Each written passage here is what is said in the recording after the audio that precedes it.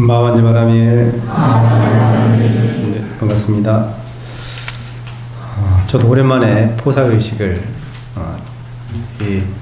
오늘 한 포살은 아주 축약해서 약식으로 한 거고요. 스님들이 이제 포살할 때는 짧게는 아마 한 50분, 길면 뭐 1시간도 넘게 이렇게 장기 합장. 여러분 장기 합장 아까 하셨잖아요. 네, 무릎 꿇고 허리 세우고 장기 합장 이렇게 하면서 이렇게 들었던 기억이 납니다. 뭐 포살은 뭐 아시는 분은 알겠지만 오늘 잠깐 들었으니까 유래가 어떻게 되나 잠깐 얘기해 주면, 부처님 당시에는 이제 안거라는 제도가 있었는데, 그 안거는 이제 3개월마다 한 번씩 모여서, 그때 이제 뭐 한 달에 한 번씩 모여서 그렇게 포살을 했다고 하는데, 한 달에 한 번은 좀 힘든 것 같고, 왜냐하면 인도에서 각지에서 흩어서 각각 절에 모여서 수행하는 게 아니라 각각 뭐 숲속에서 막 떨어져서 멀리 떨어져서, 그때는 교통도 편하지 않았을 테니까 모이려면 쉽지 않았을 거라고 보죠. 그렇죠? 그래서 보름마다는 아닌 것 같고, 그건 이제 북방에서 온 것 같고, 아마 한 3개월 만에 한 번 정도는 그렇게 포살을 부처님 당시에도 이제 했는데, 그러면 이제 부처님 가까이 있는 근교에 있는 사람들은 이제 걸어서 왔겠죠. 걸어서 와서 이제 부처님과 같이 포살을 했는데, 한마디로 계율을 암송하는 거죠. 그러니까 알고는 있지만 살다 보면, 시간이 흐르다 보면 사람들의 생각이라는 것이 다 옅어지고 물러지잖아요. 그러니까 한번 상기하는 거죠. 우리가 출가 수행자로서 어떻게 계를 지킬 것이고 계를 지켜나갈 것이 호지할 것인지를 이제 되새김하는 거죠. 되새김하면서 다짐하는 거죠. 스스로가. 승려 생활을 10년, 20년, 30년 뭐 이렇게 하다 보면 이제 약간 내가 수행자라는 그 생각이 조금 옅어지고, 머리 깎고 이렇게 염한 옷을 입으면서 그냥 일상의 어떤 게 나의 그냥 하나의 삶, 이런 식으로 이제 흘러갈 수가 있어요. 무뎌지다 보니까, 감정이라는 것은 좋을 때도 있지만 무뎌집니다. 감정은. 그래서 그 절집에 일찍 이렇게 그 출가한 그 도반 스님들 보면, 뭐 예를 들면 이제 출가를 했다고 하지만 어려서 뭐 10살 미만에 절에 왔다는 것은 거의 이제 버려지다시피 한 거죠. 또는 맡겨진 거고. 그렇게 생각하다 보면 그분들은 그냥 절이 집이야. 절이 집입니다. 그래서 우리가 이제 나이 먹고 좀 뭐 밖에서 생활하다가 이렇게 출가한 스님과 그 동진 출가한 스님들을 보면 좀 많이 이렇게 어떤 절에 대한 또는 절집에 대한 어떤 신도에 대한 태도가 조금씩 좀 차이가 있어요. 너무 이제 일찍 출가하다 보니까 그분들한테는 그냥 절집이 그냥 집같이 느껴지면서 하나의 생활 공간이 되는 거죠. 물론 우리 저기 해주 스님도 제가 알기로는 16살 땐가 15살에 출가를, 그 당시에는 일찍, 그 당시엔 거의 뭐 10대 출가를 많이 했으니까 출가하셔서 또 좀 덜 하시긴 하겠지만 그래도 10대 때 했기 때문에 어쨌든 굉장히 이 절집이라는 것이 너무 오래 생활하다 보면 무뎌지고, 그 무뎌진 마음을 한번 또 다시 한번 상기시키는 마음에서 포살을 같이 모여서 이렇게 하는 것도 굉장히 내 생활을 한번 돌아보는데 굉장히 중요한 어떤 요인이 될 거라고 생각합니다. 오늘의 주제는 사랑도 미움도 벗어놓고 제가 이렇게 지었습니다. 원래 이게 뭐 사랑도 벗어놓고 미움도 벗어놓고 어디서 많이 들었죠. 제 도반 중에 이 노래를 아주 기가 막히게 잘하는 도반이 있는데 그 제목이 사랑도 미움도 벗어놓고, 그 주제를 이제 첫 대목을 보면 오타가 좀 있으니까 좀 정정을 할게요. 오무호악이 아니라 오무호, 악이 아니고 뭐라고 하죠? 오라고 있습니다. 오. 이 악자는 악하다 할 때는 악으로 읽지만 뭐 좋다 싫다 이럴 때는 싫어할 오자로 읽어요. 싫어할 오자로. 그래서 이건 오타가 됐어요. 그래서 오무호오가 되겠죠. 오무호오, 악이 아니라. 그래서 미생정난이요 오무호오라. 뭐 해석하면 미혹하면 고요함과 혼란이 생기고 깨달음에는 좋고 싫음이 없나니, 뭐 그렇게 어려운 뜻은 아니죠. 그냥 이해가 되는 부분입니다. 뭐 여기에 얽히는 뭐 일화를 제가 잠깐, 일화까지는 아니고 한번 5호라는 생각이 있으니까 한번 그 일화를 잠깐, 우리 일상생활에서 좋고 싫음이라는 것이 적나라하게 드러나잖아요. 모두한테 다. 예. 이게 우리의 삶이기도 한데, 근데 공부하는 사람은 이 5호, 좋아하고 싫음에서 좀 이렇게 남들보다 벗어날 수 있는 그런 공부를 해야지만 깨달은 자의 삶이라고 하거든요. 불교에서는. 그러니까 깨달았다는 것이 여러분 대단한 것 같잖아요. 어떤 불교에서 잘 모르는 분은 깨달았다고 하면 마치 무슨 신통을 좀 부릴 수 있을 것 같고, 그 다음에 숙명통을 좀 열려가지고 전생과 후생을 다 아는 것처럼 그렇게 포장하는 사람도 있지만, 제가 아는 깨달음은, 깨달아보지 못했지만 제가 이해하는 깨달음은 우리가 일상을 살면서 일상을 잘 살아내야 될 거 아닙니까? 그 잘 살아내는 게 중에 하나가 우리가 익히 알고 있는 것이지만 그 익히 알고 있는 것을 제대로 못해서 내가 계속 행과 불행을 반복하면서 살게 됩니다. 일반 사람들은. 그래서 깨달았다는 것이 아주 지극히 먼 곳의 얘기가 아니라 우리가 살면서 얼마든지 깨달을 수 있다는 거예요. 왜? 좋고 싫음만 벗어나면 그 사람이 깨달은 사람이에요. 불교에서. 좋고 싫음만 벗어나면. 너무 간단하지 않나요? 근데 간단하지가 않아요. 이 문제가. 좋고 싫음을 벗어나는 사람이 몇 명이나 있을까 살면서. 그분 있으면 제가 깨달은 분이라고 삼별할게요. 좋고 싫음에서 벗어났으면. 근데 그렇게 살아가려고 애쓰고 또 그러한 모습을 일상의 삶에서 보여주는 분들이 가끔 계세요. 가끔 계십니다.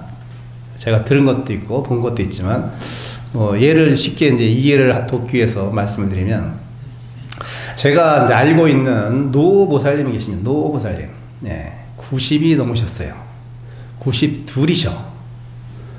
92이면 보통 자리 보존하고 누워있을 나이잖아요. 지금 뭐 어디 저기 요양병원에 가 계시거나, 물론 이제 그 집안 내력이 장수 집안이라 타고난 어떤 유전적인 기질도 있겠지만, 그렇게 90 넘어서까지 이렇게 건강하게 살 수 있는 비결, 육체적으로 정신적으로 건강해 쓰는 비결이, 제가 생각한 그분은 아마 평소에 당신이 이제 일찍이 불교를 만나서 수행 정진하시면서, 요즘은 그 90도 넘은 노보살님이 뭐 하시는지 아세요? 앉아서 참선을 해요. 대구 다니는 어떤 절이 있는데 당신이 그 절에 가서 그 스님하고 같이 정진하고 또 집에 와서 이렇게 일상생활을 한단 말이에요. 그래, 그분 축복받은 분이다, 건강하게 태어나서, 이렇게 생각할 수도 있지만, 자, 예를 들면 그분은 대구 아파트에 40평 아파트에 혼자 사셔. 그럼 자식이 없냐? 자식이 있어. 손자도 많아. 자식들이 또 잘 됐어. 잘 키워가지고. 다 의사야. 삼형제가 다 의사, 박사 막 이래요. 자, 근데 어머니를 안 모시고 사는 이것들이? 그쵸? 여러분 어때요? 이런 불효자들이죠, 다. 겉으로 보기엔. 그러면 그 당사자가 만약에 여러분과 같은 생각을 하고 있다면 그분 그렇게 살아갈 수 있을까? 괘씸해가지고 미운 마음이 막 들끓어가지고 며느리 얼굴도 보기 싫을 텐데, 일상이 우리의 보통의 그 90 넘은 그냥 불교를 잘 모르고 공부 안 하고 그냥 평소에 그냥 건강해서 어떻게 살다 보니 90은 넘었는데, 막 그런 일이, 내가 아주 힘들게 키운 자식들이 나를 공양하지 않고 다 각자 살면서, 명절 때도 이제 추석 때도 왔는데, 하룻밤도 안 자고 그냥 바로 그날 저녁에 다 가버렸대요. 괘씸하지 않겠습니까, 여러분? 여러분들은 막 미워하는 마음이 들끓겠죠. 근데 의외로 그분은 그렇게 그냥 그거에 대해서 또 담담하시다라는 거예요. 제가 보니까 하는 말씀이 담담하셔요. 뭐 그럴 수도 있지, 이렇게 생각하시는 게 아니에요. 그분은 진짜 미워하는 마음이 안 들어서 그럴까? 미워하는 마음이 저는 들었을 거라 생각해요. 순간적으로 들었을 수 있을 거라 생각하죠. 근데도 불구하고 그 미워하는 마음을 빨리 벗어나서, 미워하는 마음을 빨리 돌이켜서 다시 당신의 일상의 삶으로 돌아오는 그 힘, 그 탄력적인 힘, 그게 바로 수행의 힘입니다. 네, 그게 바로 수행의 힘이에요. 미워하는 마음은 저도 들 수 있고 누구나 다 들 수가 있어요. 그게 보통의 우리의 성정입니다.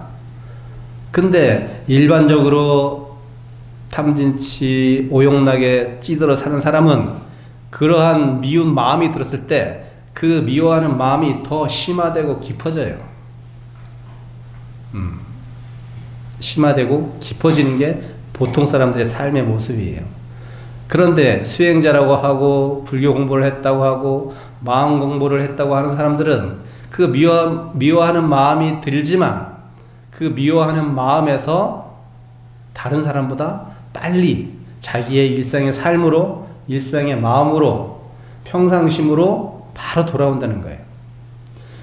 부처님은 여러분 깨달은 분이지만 그분이라고 그러면 미워하는 마음이 없었을까? 저는 그러면 그거는 진정한 깨달음이 아니야. 우리의 깨달음은 이 안에서 이루어져야 된다고 저는 보거든요. 이 안에서 얼마나 잘 펼쳐 살 것인가. 아유, 부처님도 제자 중에 뭐 얼마나 속을 썩이는 사람이 많았어요. 그 중에서 가장 속을 썩인 사람은 누구다? 제바달다죠. 제바달다가 사촌 동생이에요. 사촌 동생. 근데 이놈이 뛰쳐나갔잖아. 한 무리를 이끌고 뭐 500명이라고 하는데 500명의 부처님 제자들을 끌고 나갔어요. 종단을 둘로 쪼갠 거야. 그게 한마디로 지금 따지면 조계정서 나가서 태고종이 돼버린 거야. 비교하자면 그렇다는 거예요. 그럼 부처님이 얼마나 부글부글 끓었겠어요. 아이고, 이놈이 내가 이렇게 제자들을 많이 만들어놨더니 종단을 둘로 쪼갰네. 근데 경전의 어느 부분을 보더라도 부처님이 그렇게 생각했다는 부분이 한 구절도 나오지가 않아요. 한 구절도 나오지도 않아요. 뭐 전설적인 얘기지만 땅이 갈라져서 제받았다는 지옥으로 떨어졌다고 하지만 뭐 그런 일이 있겠습니까? 그건 이제 전설적인 얘기고, 어쨌든 결국은 부처님의 말씀을 어기고 일군의 제자들을 이끌고 나갔던 제바다타는 어떻게 됐다? 흔적도 없이 사라졌다. 뭐 종단은 아니고 뭐라 그래? 그 무리, 그 제바다타를 추종해서 따라갔던 많은 스님들, 수행자들은 부처님을 버리고 쫓아갔던 그 제자들은 지금 그 종교라고 해야 되나 뭐라고 해야 되나, 그 문중은 인도 역사에서, 불교 역사에서 흔적들이 사라졌어요. 왜 그랬을까? 자, 나간 이유가 있어요. 사실은 그 나간 제바달다가 우리는 아주 나쁜 사람이고 배신자라고 생각하지만 이제 속내막은 그게 아니라 부처님은 굉장히 유연한 사고를 가졌던 분입니다. 우리의 계율을 보면 아까도 계율에서 살도원망 나왔잖아요. 자, 그러면 살인을 하지 마라, 또는 무생명을 해치지 마라. 이건 첫 번째 계율입니다. 불살생이죠. 자, 그러면 불살생을 지키는 게 원칙이지만 여러분, 예를 들면 그 사슴이 쫓겨가다가 하우링 작나, 사슴이 쫓겼어요. 그러다가 이제 사냥꾼한테 쫓기는데 그 사슴을 만났던 또는 도망가는 걸 본 사람이 똑바른 방향으로 가르쳐줬어. 동쪽으로 갔는데 사냥꾼한테 동쪽으로 갔다 그러고 했으면, 또는 동쪽으로 갔는데 남쪽으로 갔다고 할 수도 있잖아요. 자, 그러면은 그 사냥꾼으로 하여금 뭐 내가 거짓말을, 살도음망에서 망어죄잖아요. 거짓말을 하게 된 거잖아요. 거짓말. 그렇죠? 분명히 서쪽으로 도망갔는데 사슴이, 그쵸. 근데 동쪽으로 갔다고 사냥꾼한테 얘기했을 때 이 사람은 살도음망에서 망어죄를 저지르게 된 거예요. 망어죄. 망어죄. 자, 거짓말을 하지 말라고 했을 때 그것은 지켜야 될 원칙이긴 하지만 우리의 삶이 어떻게 매번 거짓말을 안 하고 살 수 있겠습니까? 그래서 계율에 부처님께서는 여지를 뒀단 말이에요. 여지를. 그거를 이제 우리가 방편으로 거짓말을 했다 그래서 여망어라 그래. 망어는 망어인데 여망어예요. 예, 나머지 여자 쓰거든요. 예, 나머지 거짓말이다 이런 뜻이에요. 그러니까 우리가 살면서 다 진심만을 가지고 살 수는 없습니다. 예, 그렇죠. 이게 우리의 삶이에요. 수행자가 거짓말을 하지 말라는 것은 부처님의 대원칙이긴 하지만 살다 보면 거짓말할 수 있는 거예요. 선의의 거짓말이겠죠. 그거는 해도 괜찮은 거예요. 게으르서. 그걸 여망어라고 해서 열어놨단 말이에요. 열어놨단 말이에요. 부처님이 하신 모든 계율이 대원칙은 지키고 엄소해야 되는 건 맞지만 그것이 절대적인 가치를 갖고 있는 건 아니에요. 절대적으로 지켜야 될 건 아니에요. 다 조금씩 문을 열어서 열고 범하고 닫고 여는 것을 조금씩 다 여유를 두고 만들어놨단 말이에요. 예를 들면 또 자, 우리는 옛날 남방은, 북방은 아니지만 남방은 일정식을 합니다. 지금도 스님들이 12시 넘어가면 절대로 공양을 못하게 돼 있어요. 그래서 남방에 가면 스님들이 바루가 철바루인데 우리로 따지면 옛날에 요강이잖아요. 요강. 제가 보니까 또 요강 같았어요. 어마어마하게 큰 바루대를 들고 한 바퀴 이제 마을을 돌면서 담아온 걸 가지고 그것을 이제 펼쳐서 나눠서 드시더라고 보니까. 근데 그거 딱 한 끼 먹어요. 그래서 12시 딱 넘어가면 못 먹게 됐어요. 부처님 게으래. 예. 근데 북방으로 와서는 이제 그게 풀려서 자유롭게 하지만 남방은 지금까지 엄수한단 말이에요. 그 일정식을. 그러면 12시 넘어서 먹는 사람은 있겠어요? 없겠어요? 남방에도. 있을 수 있어요. 예를 들면 환자, 아픈 사람들. 예. 부처님이 그러시거든요. 아픈 사람들은 아침에 죽을 먹어서 있는데 그 죽이 숟가락을 꽂았을 때 쓰지 않을 정도의 물기. 그러니까 죽이죠. 완전히 죽. 그거는 아픈 사람은 먹어도 된다. 그리고 술 먹지 말라고 했죠. 당연히 부름죽에. 자, 근데 아픈 사람이 옛날에 지금 약이 이렇게 있겠습니까? 인도에 그때는 약이 없어. 오줌도 받아먹고 요로법도 쓰고 다 했단 말이야. 그때는 술이 약이 될 수가 있었단 말이야. 적당히 먹었을 때. 그러면 아픈 사람에 한해서 약으로서 술을 먹을 수 있다라고 또 하셨단 말이에요.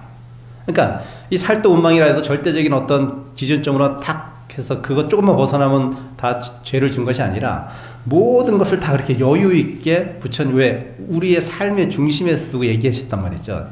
딴 나라 얘기가 아니라. 근데 제바달다가 막 출가해서 어때요?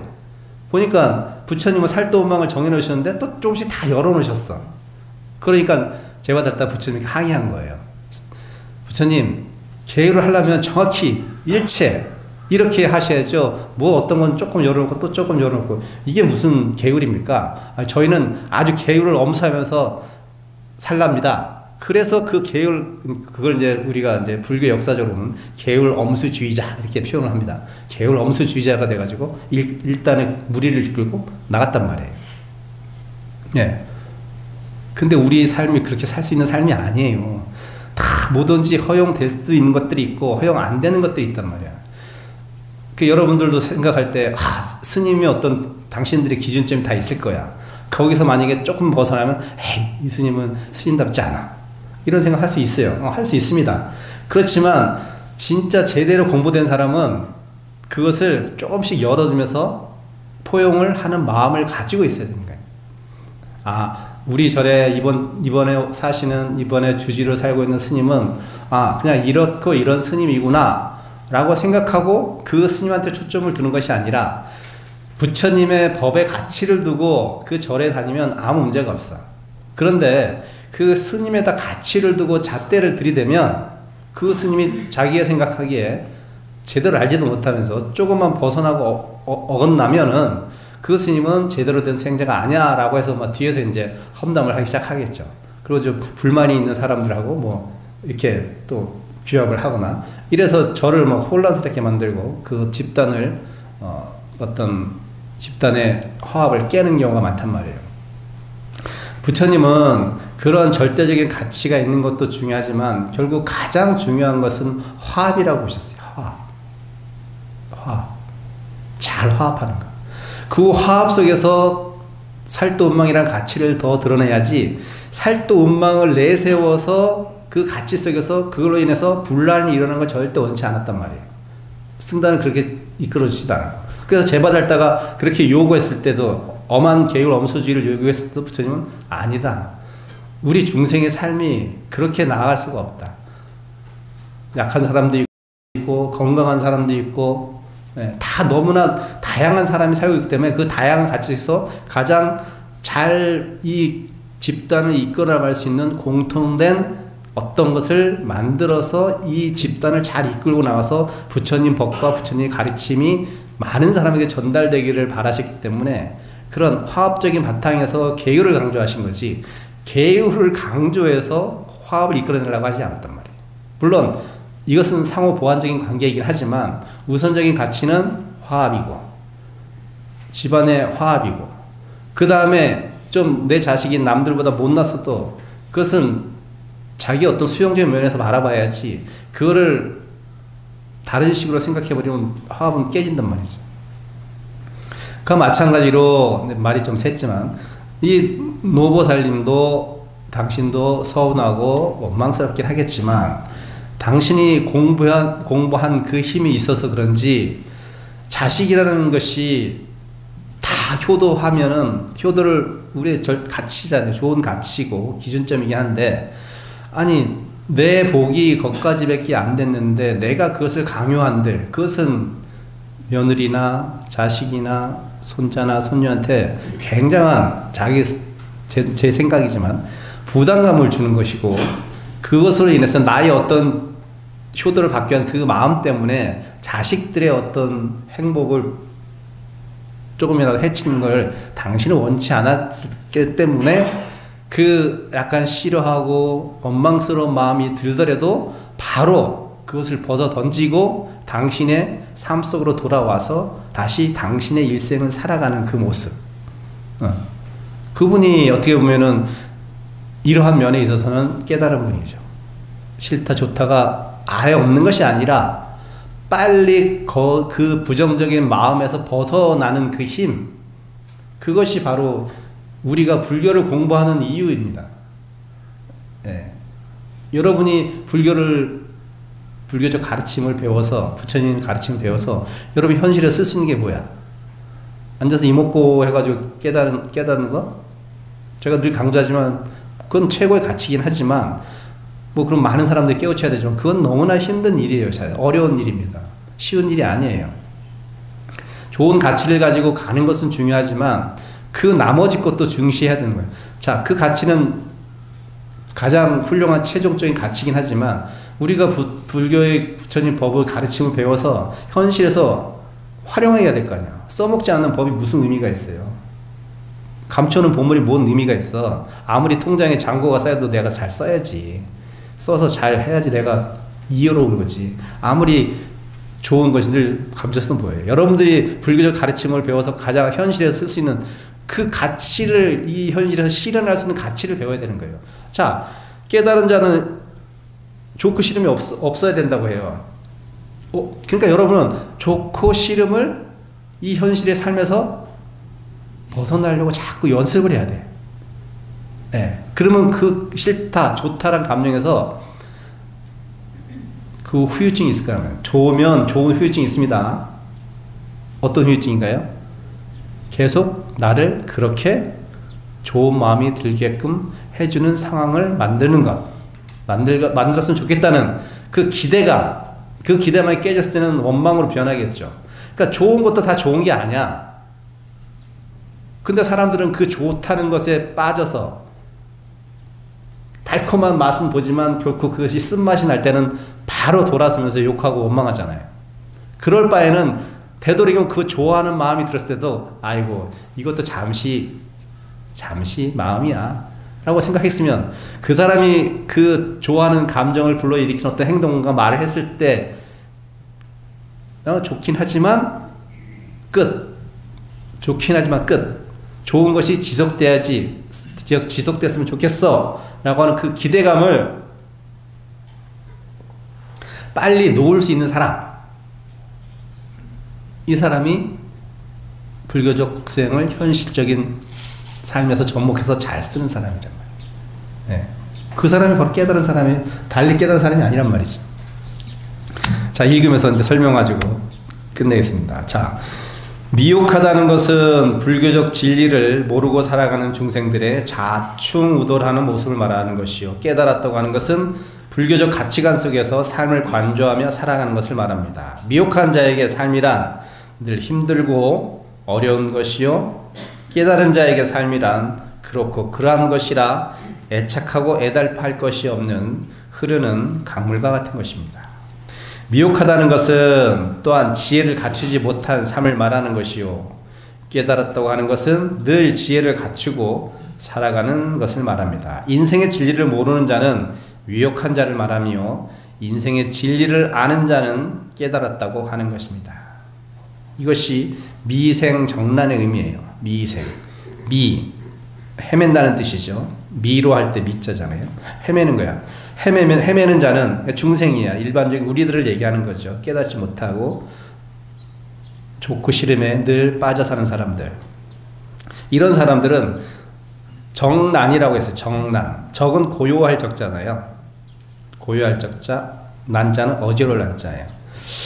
근데 미혹하면은 늘 어지러워야지 맞는 것 같은데 어떨 때는 고요하대. 이게 스님은 무슨 말인가 생각을 좀 해봤어요. 왜 고요하다고 표현했지? 미혹하면은 늘 불안하고 어지럽고 혼란스럽지 않나? 근데 그게 아니야. 자세히 생각해 보니까 우리의 중생이 행과 불행이 있잖아요.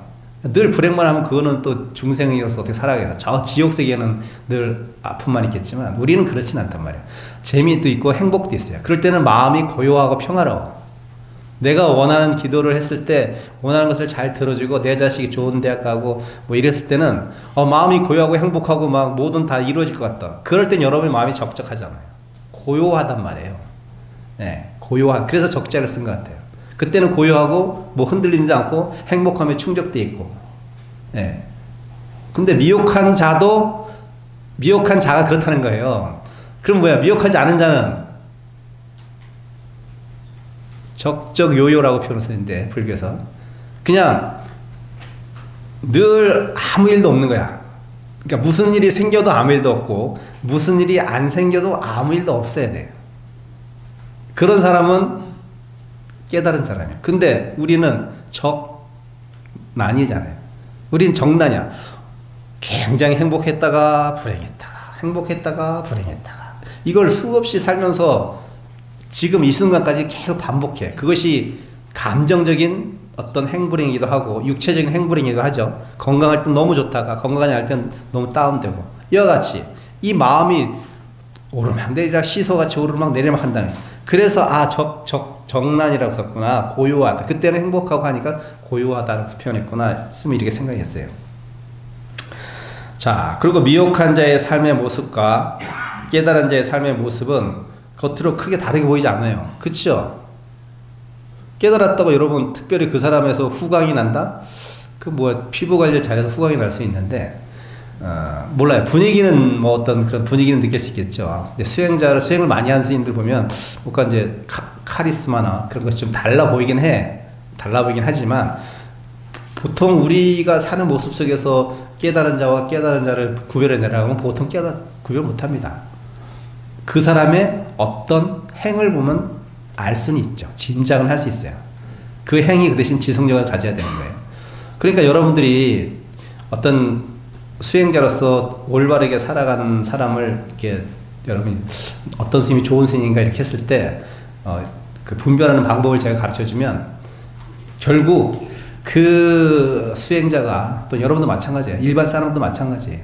그 수행자나 그 사람이 자기의 말과 그 하는 행위, 언행이라고 보통 하지만 언과 행이 일치되는 사람 100% 일치되면 가장 좋고 그래도 90%가 일치되면 아주 훌륭한 사람이고 한 80%보다 더 그나마 훌륭한 사람이에요.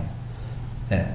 근데 여러분들이 자꾸 이제 놓치는 것 중에 하나가 말을 참 감미롭게 하고 아는 것이 많다고 해서 그 사람이 깨달은 삶을 살아간다고 착각을 할 수가 있단 말이에요. 때로는 그게 뭐냐면 내가 고정관념을 많이 가지고 있을수록 잘 속습니다.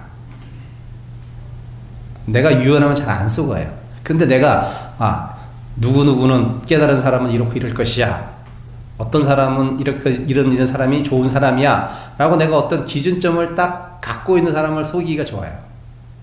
왜? 그 기준에 충족시켜서 말만 계속 해주면 되니까. 네. 가끔 행동을 보여주면 되니까.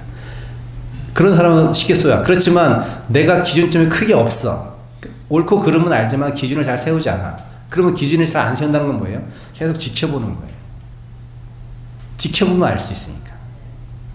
그래서 부처님도 말씀하셨잖아요. 사람의 고귀함과 고귀하지 못함은 미천하고 고귀함은 어디서 나온다? 옛날엔 다 계급이었죠. 계급사였잖아. 근데 우리는 다 그 사람들은 계급이 그 사람의 가치를 또는 그 사람의 인격을 담보한다고 착각을 했단 말이야. 자꾸 계급을 강조하니까. 그 인도 당시에도 사상계급이 있었잖아요. 그러니까 천민 저 수드라는 그냥 늘 아무리 인격이 좋아도 그냥 수드라 천민 천한 놈이야. 에? 아무리 그냥 인격적으로 훌륭하지도 않은데 최상류층에 있으면 그 사람은 그냥 최상류층에 좋은 인품을 가졌으라고 짐작을 한단 말이죠. 너무나 어리석은 생각이잖아요. 지금 생각 여러분 상식적으로. 부처님은 그 당시 그랬단 말이에요. 지금은 상식적으로 그 당시 상식이 아니었어. 부처님은 그 당시에 야 사람의 고귀함은 그런 계급이 주는 게 아니라 그 사람의 행위 주는 거야. 어떻게 하느냐가 고귀하게 하기도 하고 천하게 하기도 하는 것이야. 이렇게 딱 잘라 말했단 말이에요. 그러니까 사성계급에 찌들었던 일반 사람들은 지금은 너무나 상식적인 얘기인데 그 당시 너무 획기적인 거예요. 그래서 부처님을 모든 사람 평등하게 대했다는 게 그런 어떤 계급에 대한 당신도 계급 최상류층 계급 크샤트리아에서 태어나셨지만 충분히 누리고 인생을 살 수 있음에도 불구하고 이제 수행자가 돼서 깨달아서 보니까 아니 이 계급이라는 이 일반 사람들이 지금 얽매여 있는 이 계급이라는 것이 결코 그 사람의 가치를 담보할 수 없다. 결국 그 사람의 가치를 담보하는 것은 그 사람의 행위다. 이렇게 딱 얘기한 거예요. 그러니까 그때 많은 귀족의 자제들이 눈을 번쩍 뜨인 거죠. 이렇게 말한 사람이 없으니까. 이렇게 말해주는 사람이 없었거든요. 귀가 번쩍 뜨이고 눈이 번쩍 뜨였던 거예요. 그래서 그렇게 많은 제자들을 따름을 받았던 것입니다. 부처님은 그렇게 유연하신 사고를 가지신 분이란 말이죠. 미혹한 그 다음에 인생에서의 힘든 상황은 누구에게나 그 무게감이 버겁고 어려워 보일 것입니다. 하지만 그 어려움을 극복하는 모습에서 큰 차이를 보입니다. 미혹한 사람의 위기를 대하는 태도 속에는 늘 밖으로만 향하는 원망과 불만으로 가득 채워져 있습니다. 그러니 그 위기를 탈출할 수 있는 비상구를 찾을 수가 없게 됩니다. 왜냐하면 근원적인 위기의 원인을 밖에서만 찾는다면 아마 결코 찾을 수 없기 때문입니다. 외부적인 요인은 너무나도 복잡하고 변화무쌍한 것이라 늘 나를 혼란스럽게 하고 어지럽게 할 것이기 때문입니다. 그러니 마음의 안정은 기대할 수조차 없습니다. 삶은 원래 정답이 없는 것이기에 만인이 있으면 만인의 삶의 모습이 있을 뿐입니다. 올바른 삶이 있고 바르지 못한 삶이 따로 있는 것은 아닙니다. 미혹하면 고요하고 혼란이 있다고 했지만 고요함과 혼란함이 어찌 별도로 존재할 수가 있겠습니까? 자손에게 애착하는 자에게 자손이 없으면 혼란하고 괴로울 것이요 자손에게 집착하지 않는 자에게는 자손이 없는 것이 아무런 장애가 될 수 없으니 고요할 것입니다. 네. 제가 아는 분도 이제 당신이 이제 나이가 많이 드셨으니까 뭐 자손에 대한 생각이 아주 애착이 너무나 깊으신 분이에요. 당신도 수행도 열심히 하면서 또 애착심이 너무 깊어요. 그래서 가끔 저한테 이제 뭐 그런 어떤 상담 비슷하게 얘기를 하면 제가 너무 냉정하게 딱 잘라서 자식에 대한 애착심을 좀 버리셔야 된다고 얘기하면 되게 서운해서 그 몇 달 동안 안 찾아오더라고요. 네. 그분은 자손이라는 핏줄이라는 거기에 너무나 깊은 애착, 좋은 거죠. 어떻게 보면 책임감도 있는 거죠. 좋은 태도죠. 자, 그렇지만 그분의 어떤 공부하는 마음적인 어떤 수행적인 면을 봤을 때 그 애착심은 결코 공부에는 도움이 되는 게 아니에요. 그러니까 저희가 부처님이 왜 머리를 깎고 삭발 염이하라고 부처님께서 하시겠어요? 우리는 성정상 핏줄에 대한 애착은 다 존재한단 말이에요. 다 갖고 있단 말이에요. 그것을 제대로 아주 딱 칼로 무자르듯이 자르는 것이 아니라 일정 동안 공부의 어떤 깊이 있게 가기 위해서는 잠시 그 마음의 성정을 걷어두고 한켠을 밀려두고 그 다음에 이제 정진을 해서 어떤 자기의 직견이 바로 섰을 때 핏줄에 대한 직견 뭐 어떤 직견이 딱 쓰면은 그때는 핏줄이나 가족이 장애가 되지 않습니다. 그럼 애착이 없다는 게 아니에요. 그러니까 거기에 끄달려 가는 마음이 훨씬 줄어들어요. 그리고 그 핏줄에 대한 어떤 뭐라 그럴까요? 가치를 뭐 끈끈한 어떤 그런 데 두는 것이 아니라 다른 식으로 해석을 해서 바라보는 힘이 생긴단 말이에요. 그러니까 애착심이 없는 것이 아니라 애정이 없는 것이 아니라 그 애착심은 없단 말이에요. 애정은 있지만 애착심은 달라요. 다른 색깔이란 말이에요. 이렇게 변해갈 수 있는 힘을 갖게 된단 말이에요. 자기 스스로가. 그래서 일정 동안 공부할 때는 그런 감정들에서 약간 벗어날 수 있는 환경 속에서 공부를 좀 할 필요가 있는 거예요. 그래서 스님들도 그렇게 하는 거고 시끄러운데 공부 안 되니까 산속에서 공부하는 거고 그러다가 공부가 좀 지견이 있으면 어때요? 다시 내려와야 되는 거예요. 우리는. 예. 내려와서 이곳에서 실천해야지 그 공부가 제대로 된 거예요. 이런 상이 왜 뭐예요? 이런 상. 소 찾으러 갔다가 신부도 보면 소 찾으러 갔다가 나중에는 다시 삿가 쓰고 마을로 돌아온단 말이에요. 마을에서 출발해서 마을로 돌아온단 말이에요. 이게. 그게 무슨 뭘 상징하는 거냐면 우리의 공부는 이렇게 되는 거죠. 그래 출가를 해서 공부를 계속 합니다. 그럼 여기서 공부가 완성돼서 정점에서 끝나는 것이 아니라 이것을 회양해야 될 거 아니야. 그 마음 가져서 뭐 하려고. 중생들한테 회양해야지. 주위 사람들한테. 그래서 다시 돌아오는 거예요. 그게 제대로 된 공부예요. 부처님은 당신도 그러셨잖아요. 부처님 삶을 보면 그랬잖아. 당신 깨달았어. 근데 이 법이 쉽지 않아. 근데도 불구하고 그래도 불구하고 나는 이것을 중생들 위해서 어떠한 상황이 있어도 내가 이 중생들 위해서 이 마음을 회양해서 제대로 알려줘야겠다고 당신도 45년 동안 전법의 길에 들어서잖아요. 똑같은 거예요. 제대로 하는 거예요. 산속에서는요, 공부가 완전 많이 된 것처럼 착각 속에 살아요. 스님들 때로는. 왜? 이런 중생심이 부딪힐 일이 없잖아. 크게. 뭐 이권 다툼할 것도 없고 크게. 마음껏 두지 않으면. 그럼 산속에서 고요하게 있으면 나는 그냥 마음이 너그러운 사람처럼 이렇게 넓은 것 같다. 스스로 착각 속에. 제일 위험한 거죠, 사실. 착각돈이라고 그래, 그런 사람은. 그렇게 있다가 만약에 진짜 어쩌다가 저작거리에 나갔거나 어떤 인연을 만나면 조그만 어떤 그 당신의 보통 생각하지 않았던 어떤 그런 경계에 딱 부딪히면 그 고요했던 마음이 다 흐트러져. 다 흐트러져요. 그리고 다시 원래 공부하기 시작 전의 마음, 그 중생심을 다시 돌아가고 있는 내 마음을 발견해요. 그나마 다행이다, 발견하면. 네.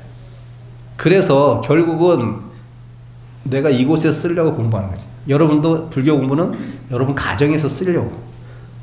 네. 여러분 가정에서 쓰려고 공부하는 거예요. 그 가정에서 제대로 못 쓰면 그 공부 백날 해봤자 돌아오면 타버려. 왜 그러겠어요?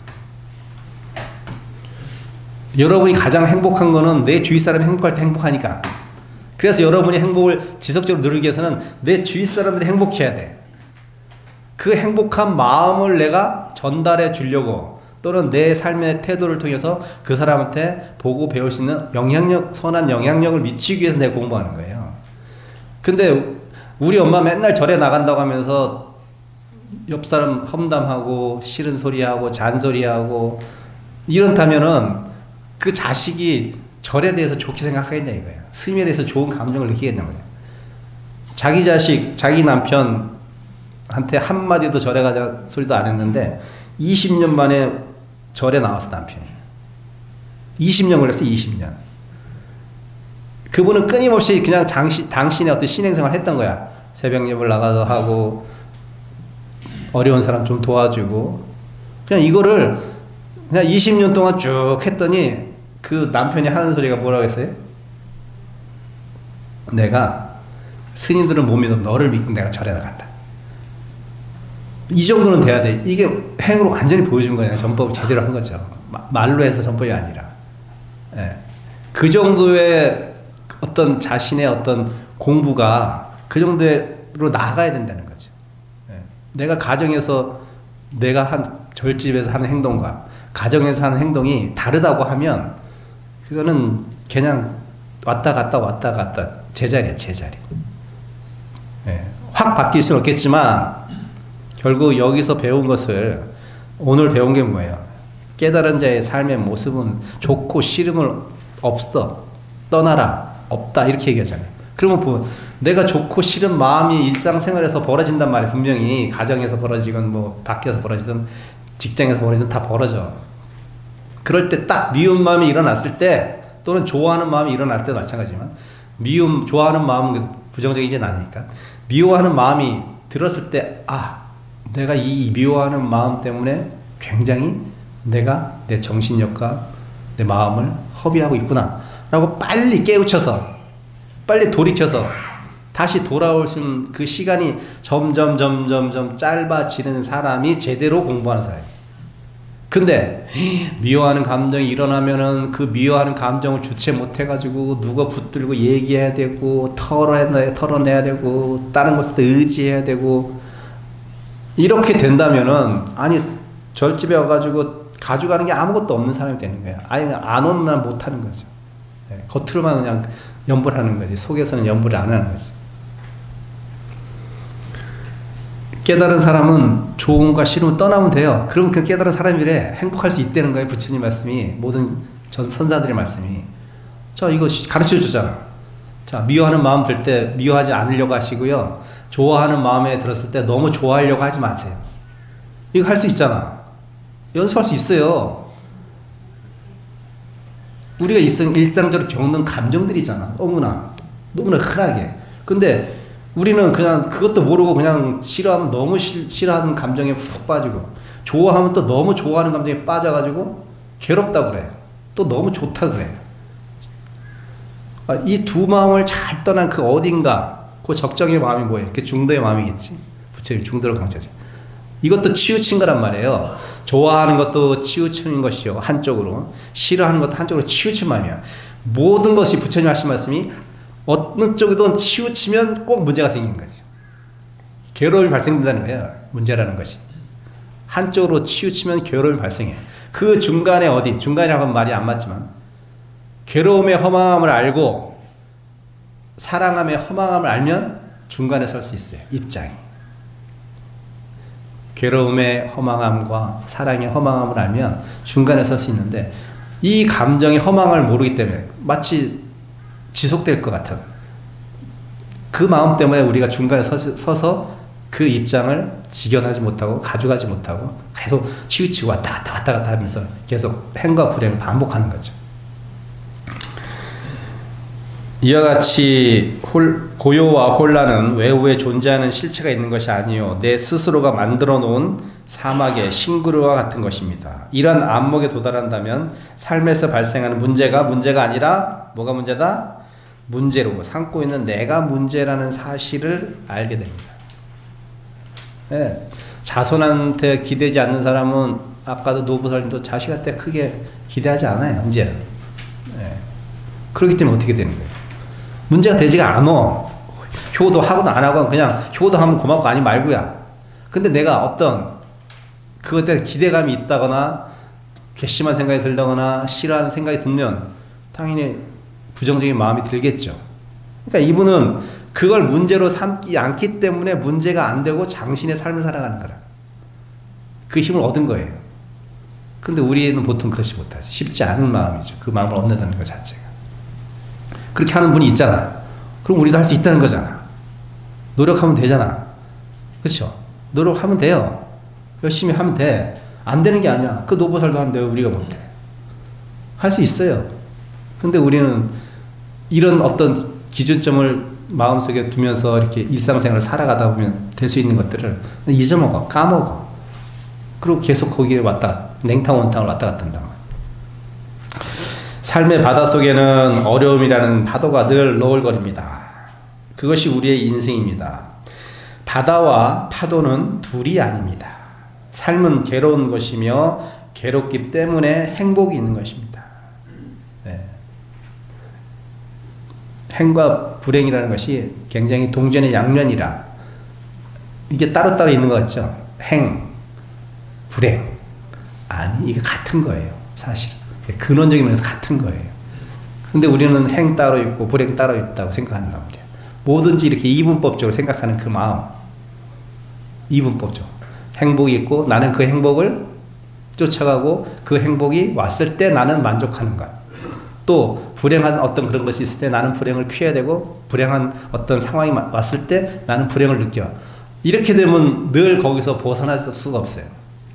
행과 불행은 내가 어떤 식으로 그것을 맞이하느냐에 따라 달라진단 말이에요. 행과 불행은 내가 그것을 어떠한 마음으로 받아들이냐에 따라서 그것이 행도 되고 불행이 되는 거예요. 스님은 자식이 없는 게 행복해요. 여러분은 자식이 없으면 불행하죠. 그러면 자식이 있는 게 불행한 거야? 자식이 없는 게 불행한 거야?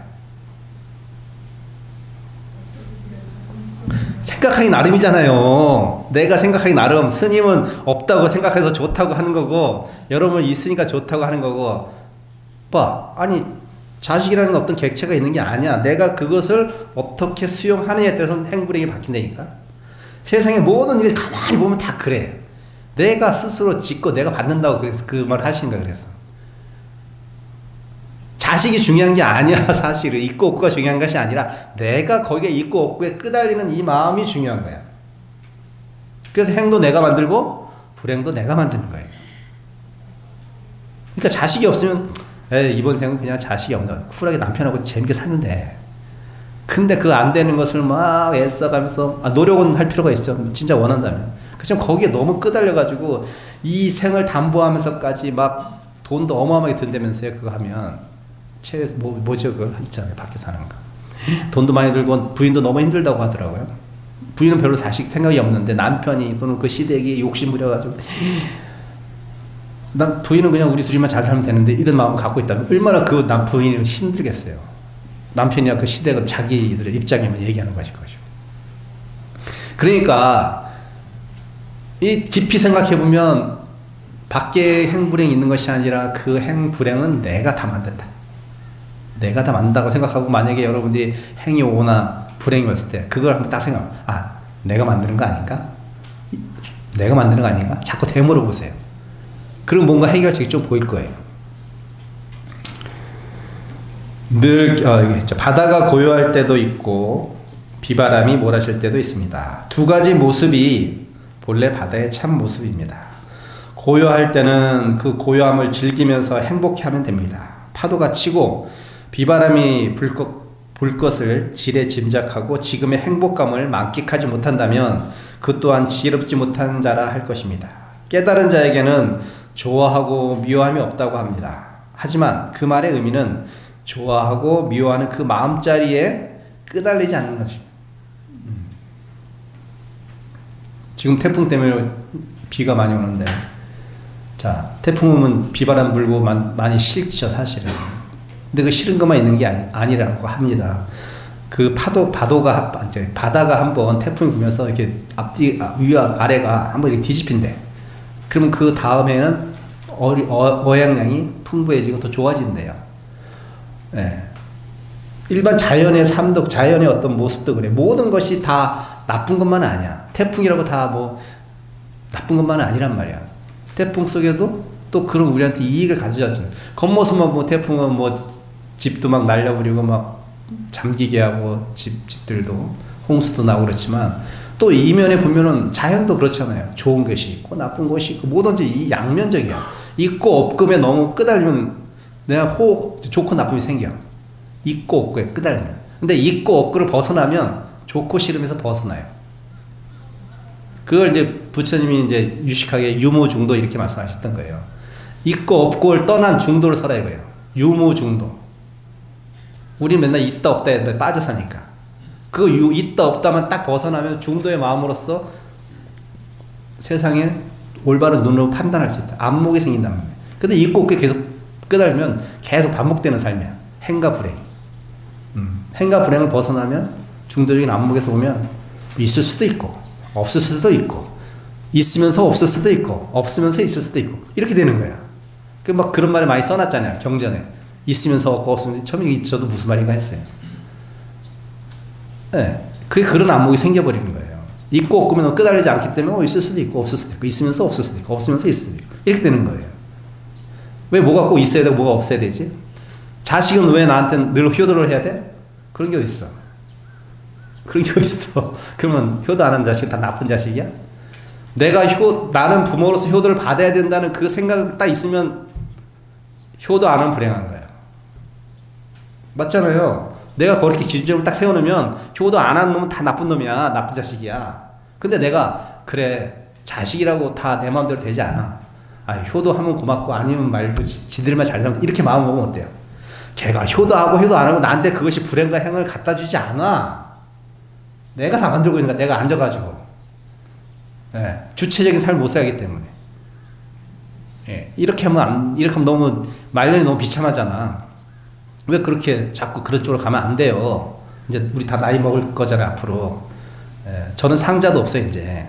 어떻게 말년해. 이렇게 생각하면 얼마나 불행해. 지금 상자를 하나 만들어야 되나? 이렇게 생각할 거 아니야. 근데 오면 좋고 아니면 말고 해잖아, 스님은. 없으면 엄대로 살면 되지. 똑같은 거야, 이게. 저한테만 해당되는 게 아니라니까. 여러분도 마찬가지야. 회주 스님이 상자들, 제가 몇 분, 한 6, 7분 더 얻나? 상자? 제가 다 알아. 거의 다 아는 스님들이야. 다 효도할 것 같아요? 회주 스님 골머리 썩을 때도 있어, 제가 보니까. 다 있다고 좋은 게 아니야. 네, 없다고 또 좋은 것도 아니고 싫은 것도 아니고. 그러니까 회주 스님이 행복할 때는 어떨 때라? 아이고 상자들이 효도하면 고맙다 아니면 말다 이렇게 생각하시네요. 모르겠어요. 어떻게 생각하는지 잘 모르겠는데 그거에 똑같은 거야. 절집이나 여러분이나 뭐 어디 가겠습니까? 중생들이 살아가는 모습 다 비슷비슷하지. 수도 없이 반복적인 이런 얘기가 부처님 법에도 마찬가지, 경전에도 마찬가지고 어록에도 마찬가지고 사실은 본질적인 얘기를 따지면 다 이런 게. 자, 그 행불행은 다 너희들한테 달렸어. 너 마음에 달렸어. 그러니까 그 마음을 좀 제대로 봐봐. 내 자신을 찾아봐. 다 이런 얘기 하는 거잖아. 마음의 주인공을 찾아봐. 이게 다 그런 말이래. 사실은 어려울 게 하나도 없어. 에? 주인공이 누구야? 주인공. 주인공은 너잖아. 주인공이 뭐야? 내가 늘 주인공은 내가 엑스트라를 하던 주인공은 난 상관없어. 난 주인공인데.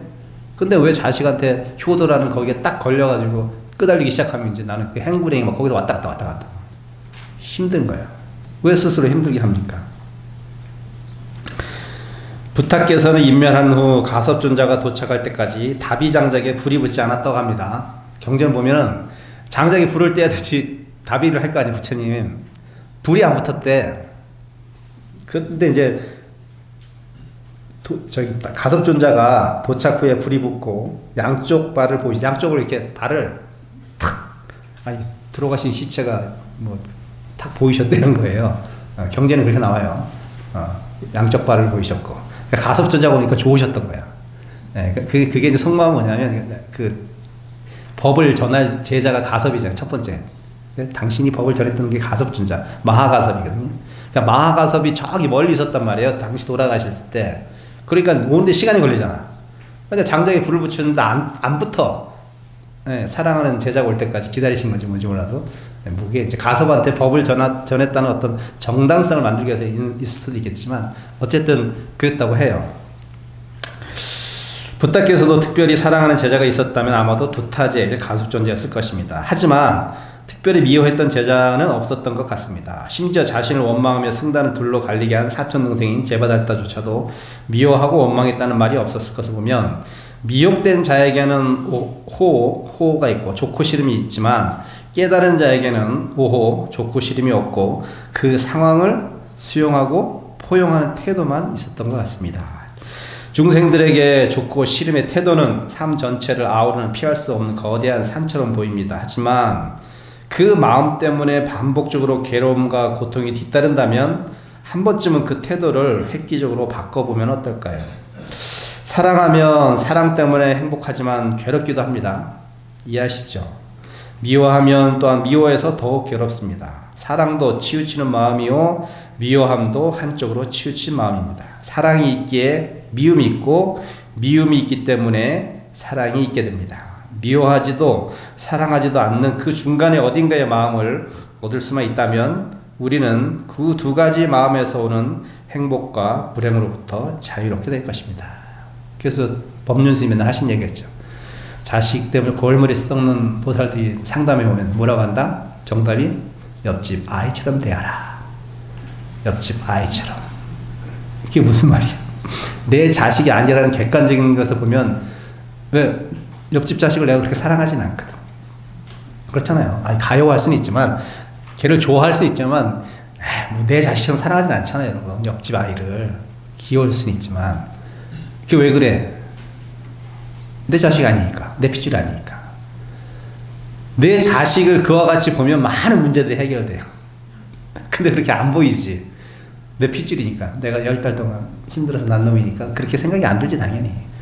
그러니까 당연한 마음인데 그 당연함을 벗어나야지 공부가 된다고 하니 얼마나 힘들겠어. 그러니까 여러분들이 공부가 진전이 없는 거야. 그 당연한 것을 부처님은 자꾸 당연하지 않은 것이니까 좀 벗어나봐 라고 하니까 너무 힘들지 사실. 쉽진 않지. 근데 또 그렇게 해야지 내가 행복하다고 하니 뭐 해봐야지 어떻게 할 거겠어. 네, 내 자식을 옆집 아이처럼 한번 생각해 보세요. 그러면 조금 지금 불행해서 조금 걱정되고 염려되고 막 비호하는 마음도 살짝 좀 벗어나서 아마 객관적으로 판단할 수 있는 어떤 기회가 주어지지 않을까 생각을 합니다. 쉽진 않아요. 쉽진 않아요. 중도적인 삶의 태도란 사랑의 행복감 속에서도 그 사랑의 허무감을 아는 것이요. 마음의 그 소용돌이 속에서도 미움의 그 소용돌이 속에서도 그 미움의 허망함을 아는 태도입니다. 그러면 사랑의 집착에서 자유로울 것이며 미움의 굴레에서도 빨리 탈출구를 찾을 수가 있을 것입니다. 허망함을 아는 자에게는 미움도 사랑도 마음껏 할 자격이 있어요. 그때는 이제 허망함을 알면 마음껏 해도 돼. 왜? 후유증이 없으니까. 사랑하면 사랑에 후유증이 있습니다. 예, 채워지지 않으면 원망으로 바뀌면서 미워하게 돼요. 그리고 또 너무 미워하면 또 힘드니까 그 뭐든지 후유증이 있어. 좋아해도 후유증이 있고 싫어해도 후유증이 있으니까 그 후유증을 벗어나기 위해서는 내가 여기서 말한 것처럼 사랑의 허망함, 미움의 허망함 이것도 다 지나갔겠지 라고 그렇게 딱 느끼고 알고 이해하려고 하면 그 감정에 벗어나 빠지지 않아요. 빨리 나올 수가 있어요. 그 굴레 속에서 빨리 나올 수가 있어요. 그 굴레를 빨리 벗어나는 사람이 행복한 사람이고 빨리 벗어날 수 있는 사람이 지혜로운 사람이고 지혜가 쌓이고 그러면 깨달은 사람이에요. 깨달음이 하루아침에 오는 어떤 벼락 같은 번개불이 아닙니다. 이렇게 내 삶 속에서 실천해 나가면서 내가 그것부터 자유로워질 때 그게 깨달은 사람의 삶이에요. 자유로워질 때. 그래서 깨달은 사람은 뭐라고 표현한다? 대자유인이라고 표현하잖아요. 대자유인. 그래서 나오는 말이에요. 대자유인. 모든 것을 벗어난 사람. 그 사람이 행복한 사람이고 깨달은 사람. 여러분 자유롭습니까? 대중들은 자유롭습니까? 아까 대중들은 청정하십니까? 이게 포살 때 그렇게 많이 하는데 여러분 자유롭습니까? 자유로워지시기 위해서는 조음도 벗어나고 싫음도 벗어나십시오. 그러면 좀 더 자유롭고 행복할 것입니다. 마치겠습니다.